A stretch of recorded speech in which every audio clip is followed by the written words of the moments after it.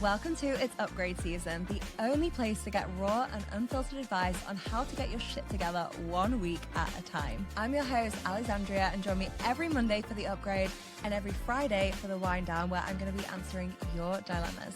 Small shifts, huge upgrades. Let's fucking do this.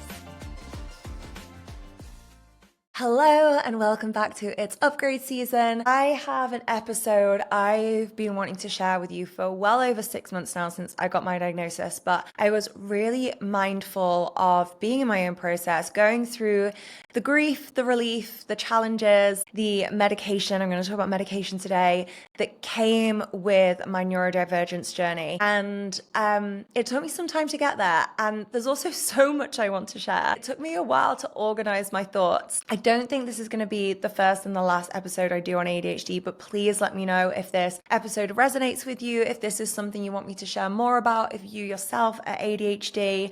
I am not an expert. Like I said, I found out, I think it was August of last year, so I'm 6 or 7 months into this journey now, but I really feel like it's been completely life-changing in so many ways. And I feel really passionate as well as someone who received a late diagnosis. I was 32 when I got my diagnosis, about sharing more about how it shows women. And I'm going to really talk about that a lot in today's episode. It really is going to be focused on us girlies and how ADHD shows up for us, because there's so many misconceptions, and we're going to get into that. I've also done my research just because I am not an expert in ADHD.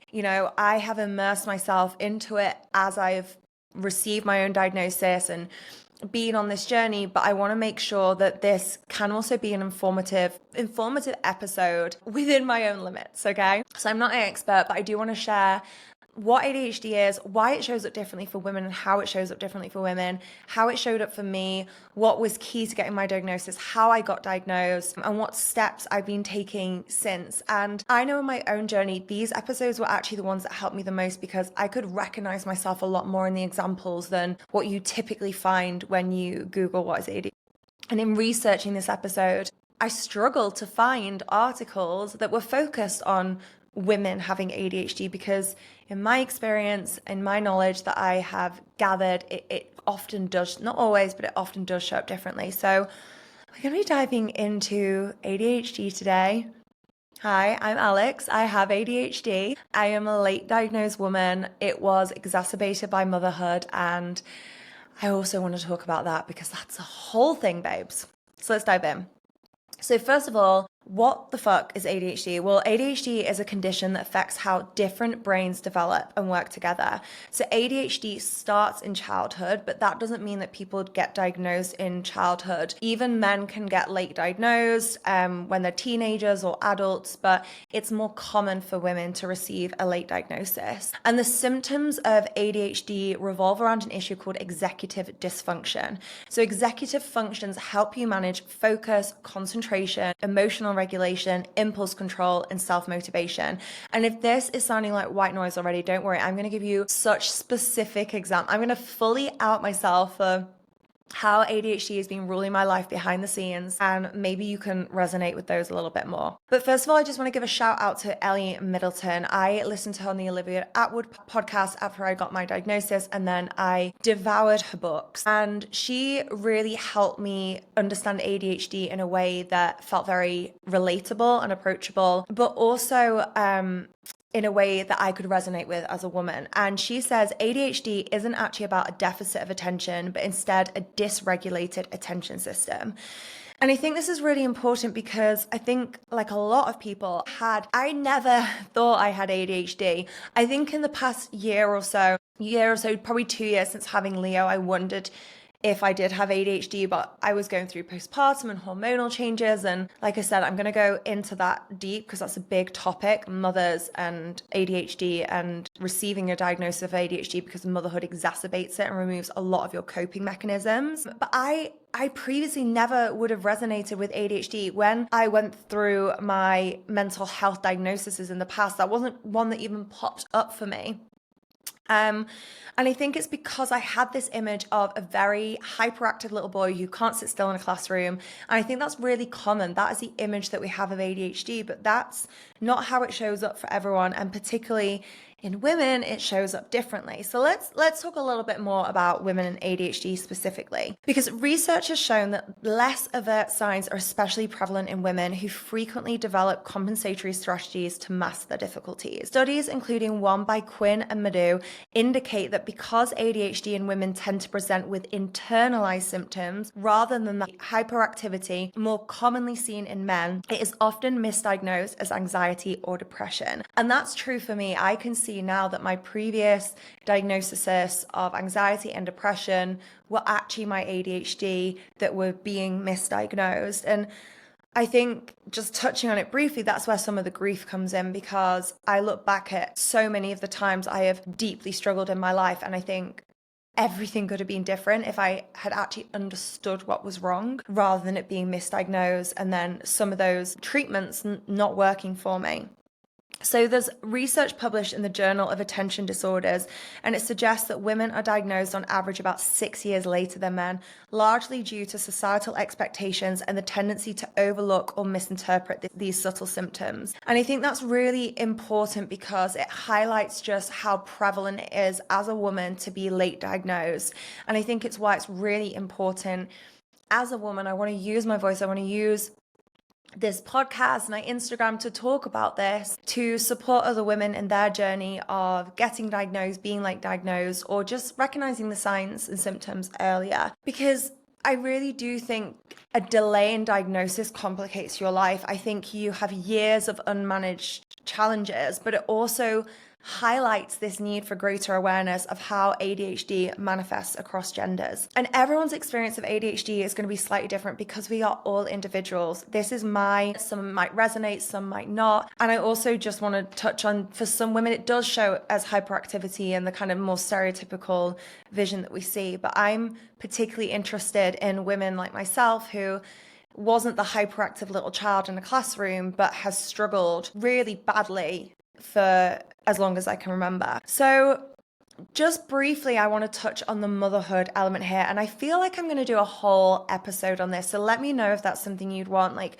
drop me a DM, send me a message on Instagram. Like, I'd love to do a deep dive on motherhood and ADHD because it has been fascinating seeing how that can exacerbate things. But many women do receive the ADHD diagnosis, like myself, after becoming mothers, because your coping mechanisms that you developed earlier in life, like structured routine, external accountability, and masking, start to break down when you're faced with the unpredictability and the mental load of motherhood. And that is Bible, my experience for this. So did I use that phrase right? Who knows? But like, that is my experience of this, and I want to share more about that. So I'm going to share what my signs and symptoms were. This is not a medical diagnosis of ADHD. I just found it really helpful hearing other people's experiences like this because, as I said, I could see myself more in those signs and symptoms that they were sharing rather than necessarily what you get on Google or like the nhs.com website.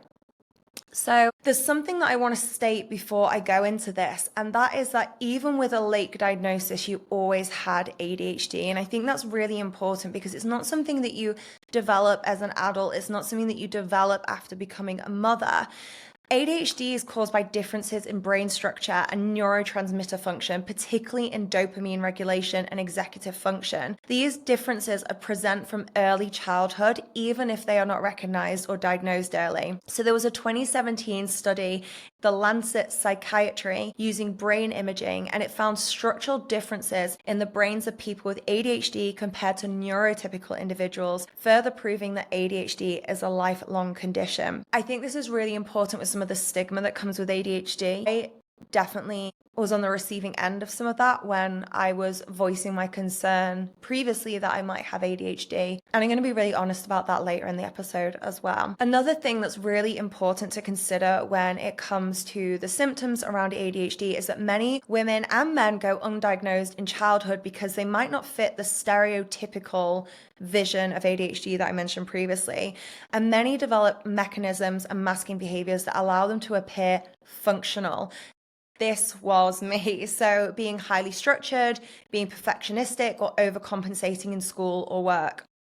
And I'm going to get really specific with some stories about the truth of how I grew up and what I experienced having ADHD, but not knowing I had ADHD. But yeah, I think it's really important to just pre-frame that before I go into signs and symptoms, because being diagnosed and later in life doesn't mean you suddenly got ADHD or that you're jumping on some bandwagon of ADHD. And I'm going to dive into that as well, because like I said, there's so much I've wanted to talk to you guys about with this, and I think it's so important to discuss. But it actually is just naming and understanding what was already there. And again, there was a study in the Journal of Attention Disorders from 2019, and it found that many women with late diagnosed ADHD reported lifelong struggles that had been dismissed, misdiagnosed, or they'd self-blamed for their challenges. And that's something I can really relate with. I think this distinction matters because it gives people validation who feel like they're too old to have ADHD to understand that they were never broken, and reframe a lot of their past experiences. I had to take a lot of inventory and look back, and I was having memories of things that I disregarded and forgotten about, and really re-examine my whole childhood and early 20s and have a better understanding of why certain struggles felt so overwhelming. Oh my God, I swear all I do on this podcast is cry these days. But it really is life-changing understanding this, and it also helps you improve the treatment and support that you've got. I have thrived since I have uncovered my diagnosis, not in a linear way. There have been ups and there have been downs. I've been going around in circles, and there's still so much I'm getting to grips with. But just understanding has been truly life-changing for me, not only giving me the language to understand, but the tools to actually support myself. So some early red flags that I had, I'm going to give you some random ones, and then I'm going to go through specific signs and symptoms. So some of the memories that came back to me when I discovered I was ADHD. First of all, my friends that I live with at uni used to call me the hurricane. I would come in and I was like a whirlwind. I was chaotic, it was overwhelming, it was disorganized. I was known as Hurricane Asmaz, and I look back now and I'm like, girl, you should have known. You should have known that was your ADHD. Secondly, this was another one actually from university. I would repeat a song on a loop without realizing it was more than just like a quirky habit. So there's a song, I'm coming home, I'm coming home. I won't sing you all. But that song, I would play it on a loop. It was a running joke in my house.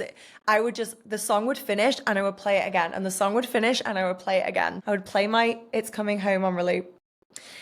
Thirdly, feeling inundated by messages and struggling with the act of responding to them.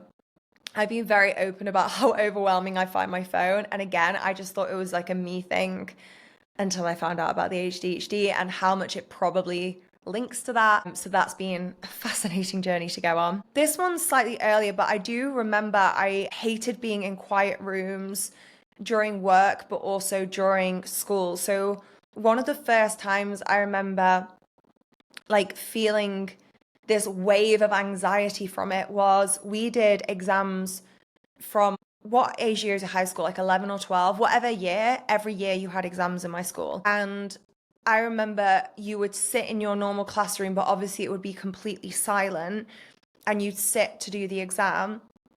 And I would have to keep leaving the room. I'd pretend I needed to wee. I would also have a bottle of like fizzy water on my desk, and I'd sip from it constantly. Being in a quiet room like that would freak me the fuck out. And it actually continued into work. If I knew there was going to be a meeting and I had exams for my work again, knowing that I was going into that quiet room, it completely freaked me out.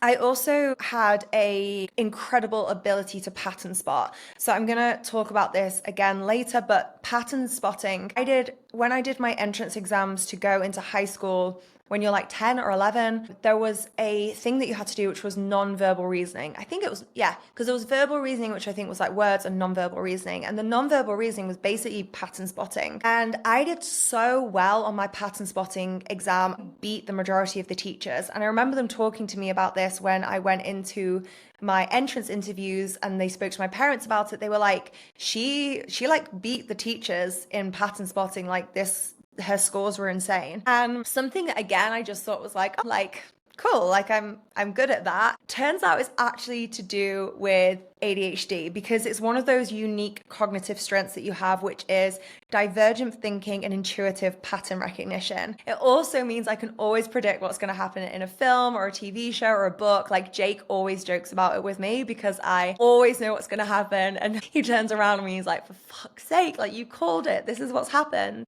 And I think the other thing that I would mention here is that I struggle with mental health from an early age. I consciously remember really intense struggles, and there's parts of that that I'm still not ready to share, and I probably will never share. When I was around 10 and 11, and they continued through high school. I was first medicated for anxiety when I was 17. I was having panic attacks way before that, though. I was on antidepressants when I was 19, 20, 21, around that time. So I was also experiencing misdiagnoses, which I can see now.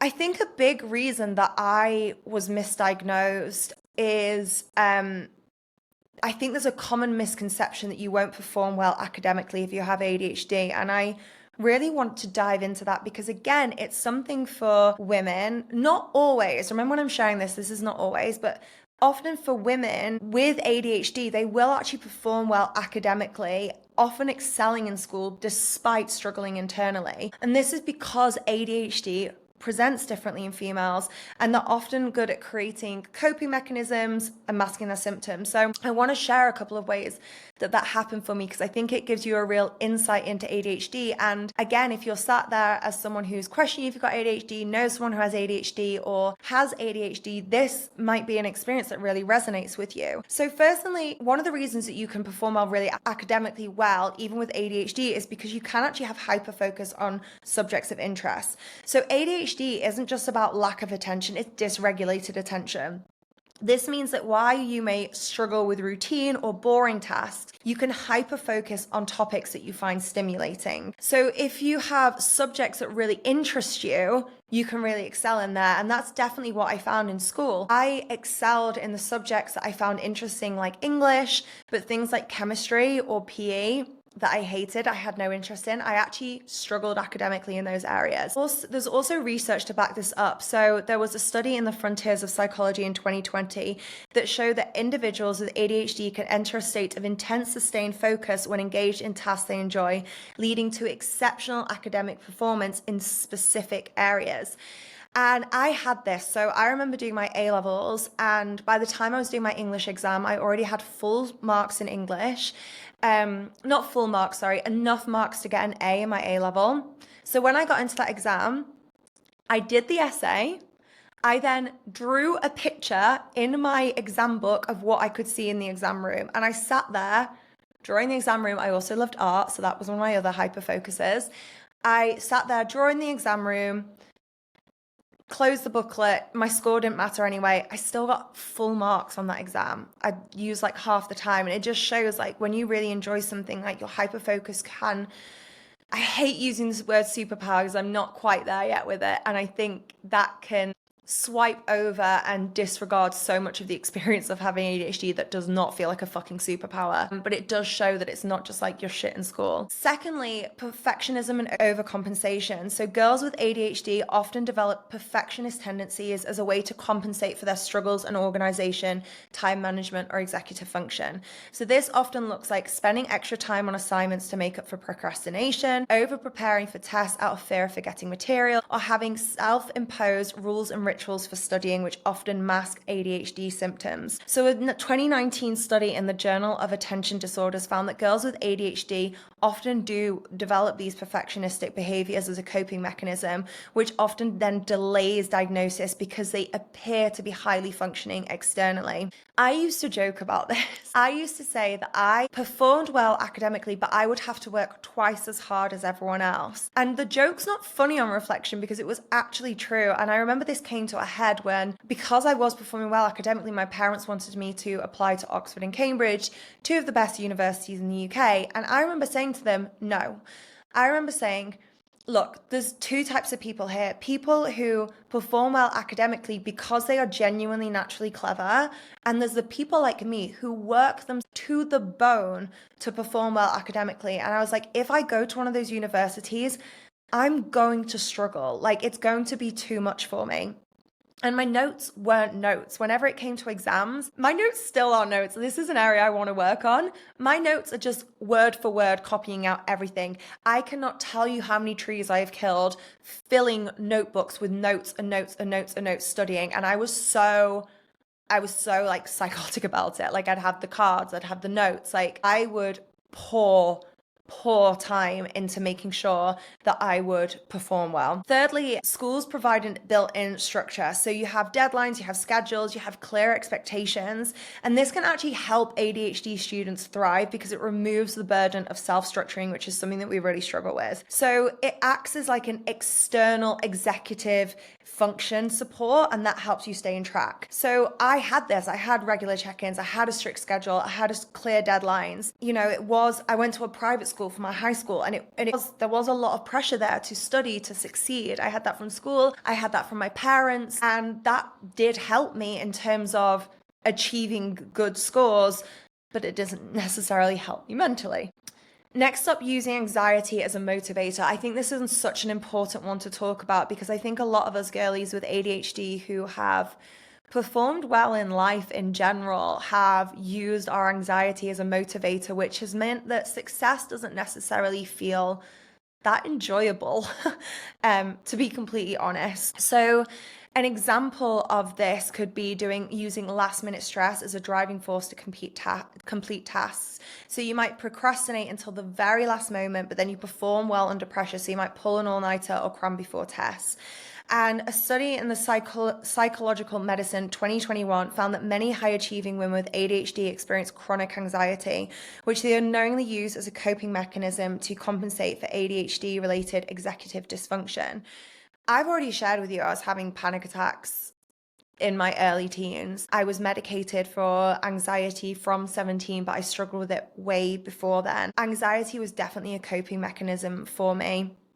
I also remember in university where there is less structure, the wheels falling off slightly because I would go out every night of the week. And what was funny is there tends to be a curve. Especially, I don't know, if you're a US girlie, I don't know if it's different, but in the UK, there's a curve. First year, everyone goes out all the time. Second year, simmers ever so slightly, but you're out all the time.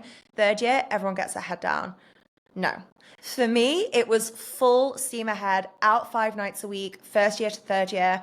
I got to my third year, I had my final exams, my final essays, and I was in the library till 4 a.m. sinking Red Bulls, sinking peanut butter M&Ms. They were like my thing that would keep me going to pass exams. And something that I never really admitted previously was I also actually used ADHD medication at that time to help me focus. And obviously it all makes sense that it worked for me now because I was struggling with ADHD. There was also a really bleak time in my life, which I have spoken about when I was doing my master's in Australia. And this was, again, really a wheels falling off situation. I really struggled with it. It was too much and it was too intense. That was probably the lowest my mental health has been ever in my life over a sustained period. And I can see why now, not knowing I had ADHD and using perfectionism, using anxiety, using all these coping mechanisms to try and thrive just didn't work for me. It also explains why I fucking bombed in some modules. Like, I tried to take a corporate finance module and my interest in corporate finance is precisely fucking 0%. And I remember there was a multiple choice exam and it was that bad, you guys. I literally was just ticking random boxes. I was like, fuck it. I got a 1 out of 4 chance. I'm going to take it. Women also do well because they are hyper aware of expectations and they learn early to mask their struggles. So examples of this would be mimicking organized classmates, creating elaborate note-taking systems, which we talked about, or finding workarounds to high difficulties and focus in time management. And it is actually shown in studies that girls use these masking behaviors a lot more than boys, which does make it harder for teachers and parents to recognize their struggles. And again, that was completely me. And then the last thing that I just want to touch on here for women who have kind of performed well is there's two other things that I want to share here when it comes to women just performing really well and how that often hides our ADHD, which is having a strong interest in achievement or external validation. So for girls often, and I do think this is more like a cultural thing, we're taught to kind of strive towards, and I'm not saying guys don't either, but we're taught to strive towards external validation. So grades, praise, rewards, and it becomes a driving force to really push through our ADHD struggles. It tied a lot of my self-worth to my success. I've been open about that and how that's unraveled for me in business. But before that, way before that, my self-worth was tied to my academic success. And that would really push me through, but even when it was exhausting. And this means that burnout is highly prevalent in people with ADHD. And that is my experience. I have experienced burnout multiple times. I burnt out after my GCSEs. I got glandular fever. I don't think I've ever spoken about this before, but there were multiple times in my 20s where I'd go to the doctor and I was like, I am fucking drained. I feel like, I would say this to Jake as well. I was like, I feel like someone sucked the blood out of my body. Like I just feel like scraped me off the floor tired. And they would say, we think you got chronic fatigue. I didn't feel like that was the thing. And now it makes sense. I was burning myself out with my ADHD. And again, I experienced burnout in my office role. I had a full fucking nervous breakdown. And I think that's why there is some grief when you realize what really has been going on and how much you've been struggling and how you didn't really have the answer for such a long time. And then the last thing that I just want to mention here is using routines or rigid structures to mask symptoms. So you might have a highly structured morning or a study routine that makes it look like you were just disciplined, but in reality, it was compensating for executive function struggles. And this is why, as well, by the way, losing these routines, like in post-motherhood, can cause everything to fall apart, leading to a late ADHD diagnosis. This could happen at other times in your life. It could be going from employed to self-employed. It could be going from a very structured school environment to university or college. But this was me, and I think this is a big reason why the wheels fell off post-motherhood, because I had such a strict routine and calendar. Like I would do an hour and a half every morning, like morning routine. My calendar was like, I followed it to the T. Everything had to be in there. It was color coded. It was all the things. And it looked like I was really disciplined. But in reality, I was just struggling to manage myself. And these, so often as women, these struggles are dismissed because we look like we're functioning well externally. And they'll say, she's just a perfectionist. She works better under pressure. She's a little forgetful, but she's smart. She's just really anxious. She's just really organized. And the irony is that this can be honestly hiding a shit show behind the scenes, but it also means that we're working twice as hard as neurotypical people to achieve the same results. But what people don't see is the exhaustion, the procrastination cycle, or the chaos that's going on for us behind the scenes. I feel like I've touched on there a lot of signs and symptoms of ADHD, but there's definitely some more that I want to share with you. So first of all is impulsivity. So the way that I would refer to this is fun in the moment, but not a long-term strategy. So one of the core traits of ADHD is impulsivity, which can manifest in exciting and problematic ways. I'll give you some personal examples from my life that you will not have heard before. So some examples of this. I once got really drunk and told my friend to cut my hair. Really short. Gave her a pair of kitchen scissors. She was like, "Are you sure?" I was like, "Let's fucking do it." I mean, that one worked out for me. It was actually one of my favorite haircuts. I wondered whether to stay in Thailand and Vietnam when I was traveling in between going from there and to studying in Australia. And the way that I decided was by flipping a coin. I have also been on a tour in Fiji where I was meant to go to a particular island. But I decided instead to drink beers on the boat in the morning, make friends with some people and go to their island instead, and end up staying in the room with all the like reps and the people who like work with the tour. It was hectic as fuck, but it was really good fun. My impulsivity has given me some amazing stories. Some are probably too much even to share on this podcast, and they have led to some really exciting times. However, they can also not lead to amazing things. And it doesn't feel sustainable long term, particularly when it comes to things like business, relationship, personal planning. And it's been shown actually in studies that women internalize this impulsivity often as well. I think another example there can be like interrupting people. I would put that under that category. And again, you might not be someone that interrupts people, but if you are spending the majority of the conversation trying to manage yourself to not interrupt people, that's ADHD. I'm not diagnosing you, I'm not a doctor, but that was a wake-up call for me. Other symptom that I want to talk about is hyperfocus, and I touched on this previously, but ADHD is so commonly associated with poor attention, but it's actually about struggling to regulate your attention. So this can actually lead to hyperfocus. So this can be when you're so absorbed in a task and you can actually forget to eat, to drink, to move. This used to happen to me all the time. And again, this was something that we just joked about. So I would be so absorbed in something for my business because I loved my business. And Jake would come in and he'd be like, Alex, have you drank any water? Have you eaten anything? Have you moved? And I wouldn't even be able to talk to him properly. I would be so hyper focused, like I would struggle to snap out of it. And that obviously benefited me in my business. I got the benefit of my hyper focus. And that happens when you are interested in something. The problem is this can give the illusion of productivity. It often actually means that you can be ignoring other important tasks, which can lead to disorganization and burnout. So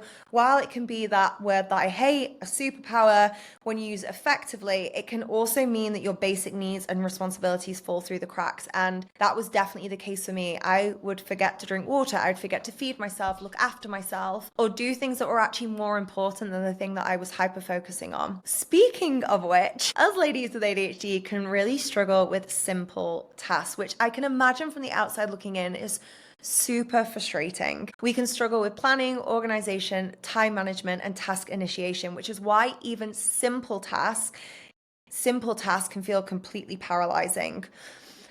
Examples of this: moving from one room to another and forgetting what you were doing. The week before I got my ADHD diagnosis, I feel like this was coming to a peak, and we have our key cupboard in our washroom. I had to go into the room, I think it was 4 times, because I kept forgetting why I was in there, and I kept starting to do other things on the way or as part of it, and then never completing the initial task. And the house was becoming more and more like that, just like different sections of my started but uncompleted task, and I'd move between them all, but I wouldn't actually finish anything. Another way that this showed up for me is struggling to respond to messages, because this idea of object permanence, it can apply to social interactions too. So I would forget about messages. I would also have a lot of anxiety around them, which can be related to something called rejection sensitivity disorder. Some people say that is something, other people don't. That's a bit more like contentious, I guess, as part of it. But I would definitely say that I've realized, having spoken to other ADHD people, struggling to respond to messages is something that shows up. Admin tasks piling up because the sustained effort for boring tasks feels impossible. This would happen to me. It would be something so simple that would probably actually just be a 5-minute job, and I could not get myself to do it for love nor money. And then having to live by a strict calendar to mask time blindness, but feeling overwhelmed when too much is scheduled. This is something that I did really well before I became a mom, and this is again why one of the wheels fell off for me when I became a mother, and why it became so clear that I was struggling with ADHD. I could no longer live by a strict calendar because I was breastfeeding, and he was a baby. He decided when he wanted to eat. Like, I worked around him. And there was just a lot more chaos, you know, like he didn't have a structure to begin with. And I think this is also just a little side note. I think this is really why it's important not to shame mums, whether they use a routine or whether they don't.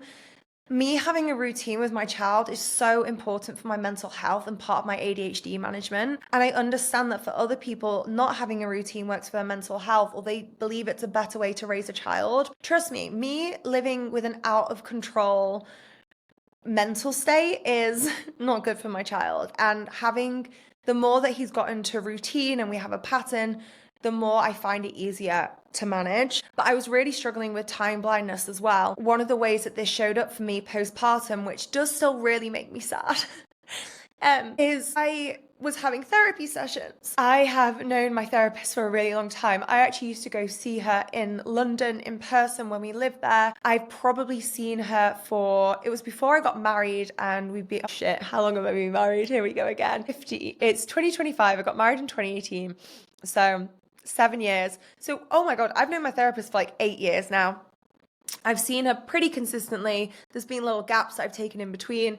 But obviously I used to see her in person, now I see her online. I started again therapy in pregnancy because I was having a hugely traumatic experience. I knew I was being traumatized as I was in the experience. I couldn't use a lot of the tools to regulate myself, to support myself. I couldn't escape the nausea, I couldn't escape the experience. Started in pregnancy, but I then also had an incredibly traumatic labor. Long story long, I really needed the therapy. But I kept missing the sessions. Like I could not get the grip on having this session on this day at this time. And I kept missing it. And it got to the point I was so embarrassed. I just said to her, like, I always paid her even though I'd missed them. And I just said to her, like, I'm so sorry. Like, I can't seem to like actually get to a session. So I'm just going to stop therapy for now. And I stopped therapy for, I think it was like a year. And it just feels really sad because like I needed it, but I couldn't get there, and I didn't understand why at the time. I didn't understand why such a simple thing. And I think also the reason it makes me upset is because like you just hold so much shame when you don't understand what's going on. You do feel so much shame. I felt so ashamed. I felt so embarrassed. I felt awful every time I wasn't showing up to a call and wasting her time and her energies. Yeah, time blindness is real, but then also feeling overwhelmed when too much is scheduled. That was something I had experienced before, but I'd been able to manage better. But then when I post becoming a mother, I just couldn't do it. Like I was stripping away my calendar, but I was still feeling very overwhelmed if there was too much in there. And again, this is completely backed by studies. So women with ADHD are more likely to struggle with time management, forgetfulness, which often leads to the misdiagnosis of anxiety, depression. And also ADHD brains struggle with dopamine regulation, which makes boring but necessary tasks physically harder to start and complete, which I definitely feel. But the problem is when you don't recognize it's ADHD, you blame yourself for the procrastination and for forgetfulness rather than understanding it's an executive function challenge. And that's where I think a lot of the shame comes in that I was speaking about. The next one is one that I'm like excited to share with you about, because this was something I had and I just didn't understand why I was this way. And then when I understood it, it was just like a real aha moment. And that's that the world can feel too loud, too bright, and too much, and you can have a lot of sensory sensitivity. So many people with ADHD have heightened sensory processing, which can make them more attuned to patterns in sound, texture, and movement. Hence why I was a child genius at the pattern spotting. This is why we also get obsessed with certain music, repeat songs on a loop, or get fixated on rhythmic patterns. Hence why I was repeating the songs constantly. That is something I still do, by the way. My current one, I don't know whether I should be embarrassed by this, is Cher Lloyd, Head Down. I love it.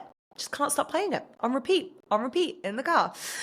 Some more examples of this is was it just before or was it during my ADHD? No, it started before because all the building work started when we moved into the house. I was really struggling with all the noise in my house. Told you all about the fucking never-ending renovations we were doing. And I was struggling with it, but like more than a normal person would. I was getting so irritated by the unpredictable drilling and the unpredictable sounds. I also find certain clothing textures unbearable. I dress more and more in just like soft fabrics, comfortable clothing. Like I can find labels really annoying in clothes. I will often cut those out. Another example is I hate weird sensations. So Jake does bath time with Leo because I hate the sensation of like getting slightly wet but not being wet. Another example that would be when I like wash my face, when the water dribbles down my arm, it is so unbearable to me. I also have a lot of sensitivity to smells, and I think again, like just connecting the dots, this was exasperated in my pregnancy and has remained with me even more so since then. And I think, you know, that's probably again why it was such a struggle having HG, although ADHD is just a struggle in and of itself. But I'm really sensitive, like if you've been around food and you can smell like food on your clothes, or if something smells slightly damp, Jake will put something on. I'm like, you can't wear that. And he's like, what? And I'm like, it smells of damp. Like it hasn't just like dried properly.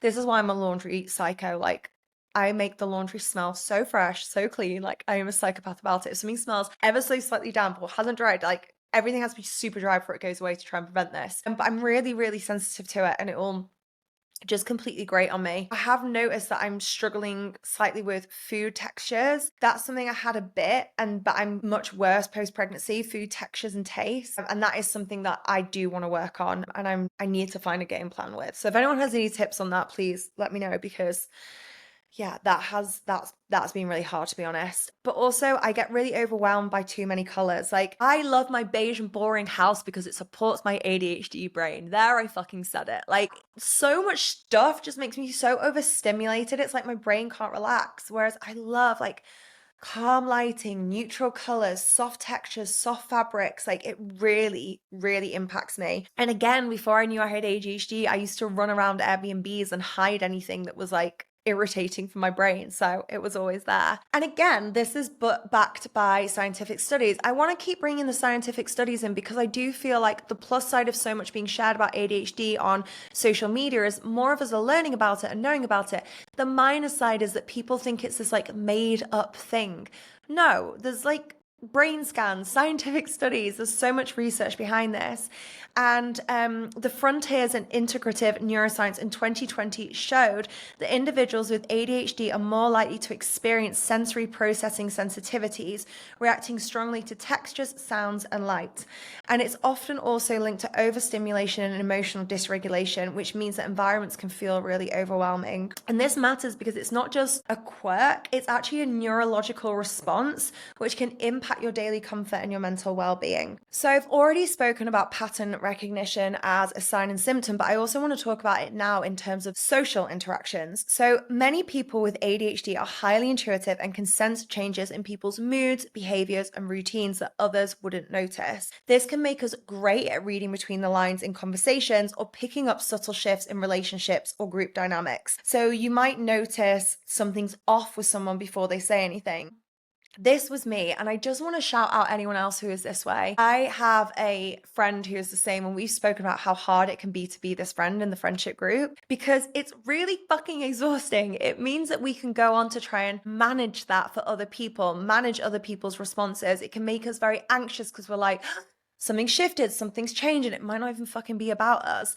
But it also is a really beautiful gift in that we can tap in and say, hey, I noticed something's up. Also makes it important to have friendships where you can have open and honest conversations, because walking on eggshells when you can already pattern spot is not good for you, babe. And while we can recognize these patterns externally, this is part of what made me such a great coach. I could recognize patterns for other people.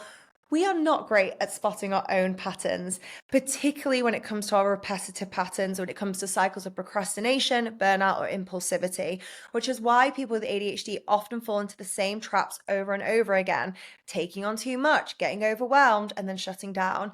And that is a pattern I have repeated in my life. And this is why I'm really working on slowing down, not committing to things before I'm sure that I want to do it or that I can manage it, doing less. Like all these things have been really important, and it's hard. It's hard to unlearn the patterns of a lifetime. I want to go in a million miles per hour and try and do 1,000 things. I have to remember that does not work for me. Another one that I've touched on slightly already, but I want to dive in a little bit deeper, is object permanence. And this is lovingly referred to as the ADHD out of sight, out of mind struggle. So this is our ability to remember things, or a lack of ability to remember things that aren't directly in front of us. And this can be a real struggle for us ADHD girlies. Some personal examples. Constantly losing things, constantly losing my keys. I play Find My iPhone off my laptop for my phone at least 2 or 3 times a day. I've also lost, particularly since motherhood has exacerbated this for me, some really sad things. Like I lost a Cartier ring that was a gift. I lost a really expensive earring that was a gift. And it's really fucking frustrating when you do that, like really frustrating. So it's hard. Also, I mentioned this briefly earlier, but forgetting about messages from friends because they're not visually in front of you. And also just remembering to check in on friends. Like I know it's about friendship a lot in this podcast. I genuinely see myself as an exceptional friend, and I do try and remember to check in on friends, and that can actually look like me putting things in my calendar to remember, like, hey, check on so and so, or reminding myself that they've got something big on and to support them, or whatever it may be. And it can, I can easily go 6 months, a year without speaking to someone and nothing has changed in how much I love them. I just haven't seen them, so it just hasn't been prevalent for me. And again, in terms of studies, the Journal of Cognitive Neuroscience shows that object permanent challenges in ADHD relate to working memory deficits, making it harder to keep track of belongings and responsibilities. And this also can apply in relationships. So if someone isn't actively in your life, it's easy to unintentionally forget to check on them. So ADHD isn't just about distraction, it's about how memory and attention interact, which impacts both daily life and relationships. Let's talk about emotional dysregulation. This is more than just mood swings, but it's ADHD isn't just about focus, it's about emotional regulation. So people with ADHD can struggle with irritability, impatience, and difficulty controlling frustration.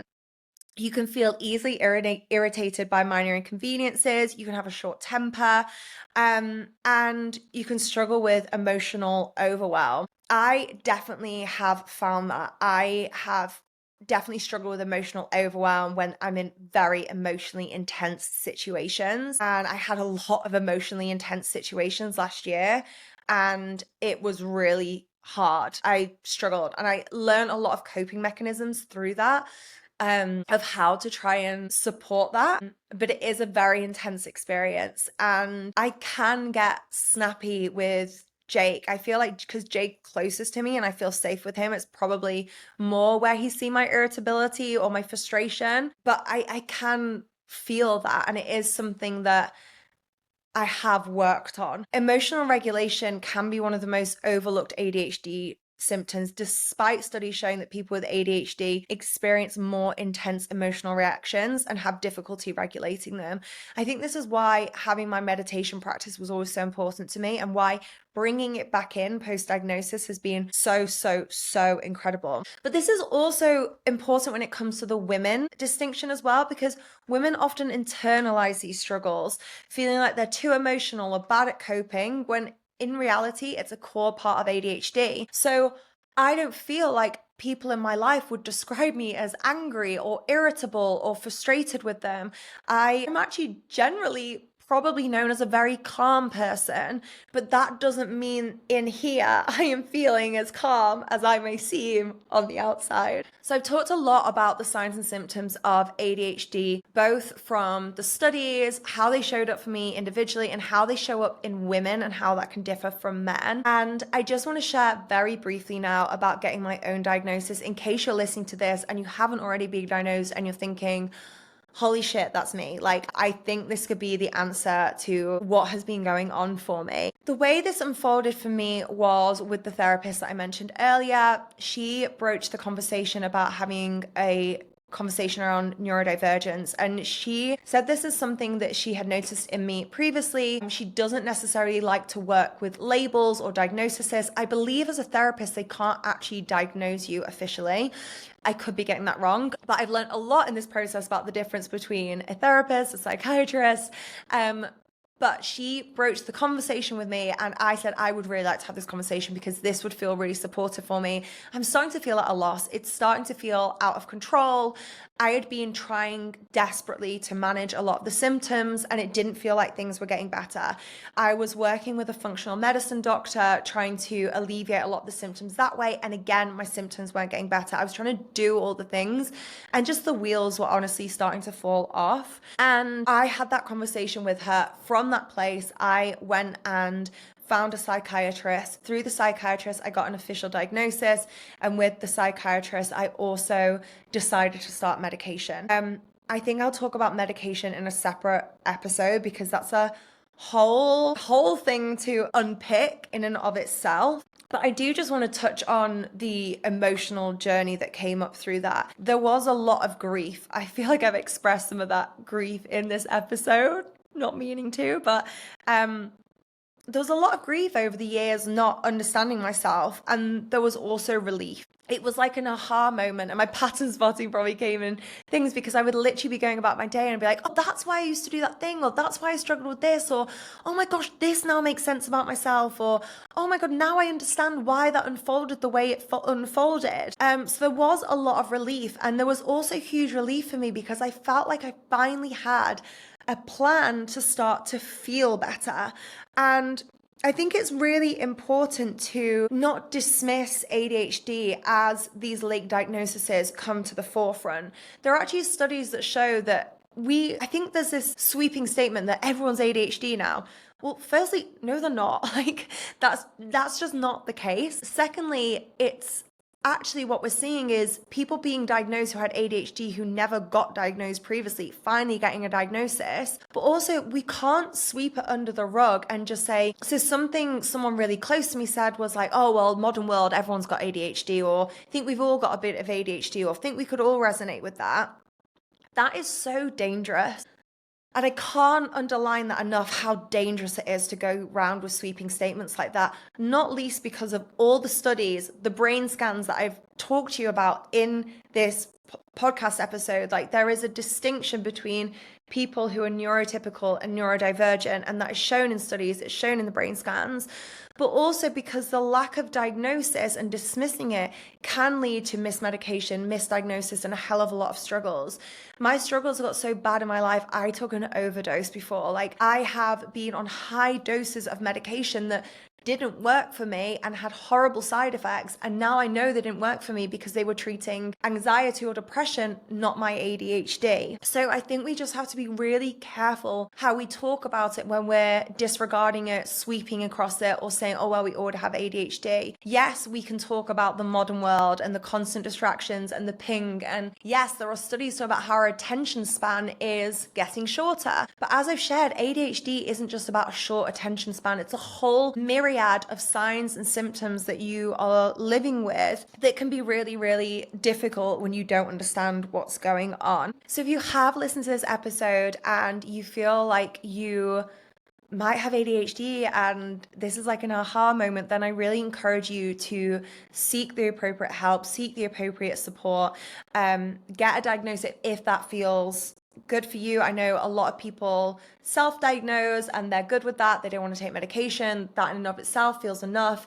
You know, I've briefly touched on already, for me, it's been life-changing having a proper diagnosis and going through the medication route. And I promise I will do another episode and talk more in depth about that, because I think it's important to talk about, particularly again with the stigma around medication. And I'll also share in the show notes some podcast episodes that help me, some books that I've read myself. Like I said, I'm not an expert, but this is just all from my own perspective, what I've noticed, what's helped me. I'm going to start sharing more on Instagram as well, which I'm kind of nervous to do. But I do feel really fired up that this is something that I want to give voice to and be a voice for. And yeah, like I said, there's going to be some more episodes on this. I want to do one on motherhood, one on entrepreneurship. Let me know if this is something you want to hear more about, and if there's any particular topics with ADHD you want me to talk around, or any experts you'd like me to get on. I would love to have more of a conversation around this. And if this episode did resonate for you, please take a screenshot, please share on socials. I think it's really important that more women like us are having this conversation, whether it's us or someone we know has ADHD. I think it's really important to get these conversations out there. So I would love it if you could do that. And yeah, thank you for being here on this episode, on this journey with me. I feel like I can relax. Like, I'm so shit at keeping secrets, again, probably about my ADHD, but like, I am just such an open book, and not being able to share this has felt weird. Like, we have a little community. Like, I love the message I get from you, girlie. It's like, yeah, it's felt weird not being able to share this. So I'm happier that I can just be honest and yeah, show up as I am and share more on this topic. And I will see you in the next episode.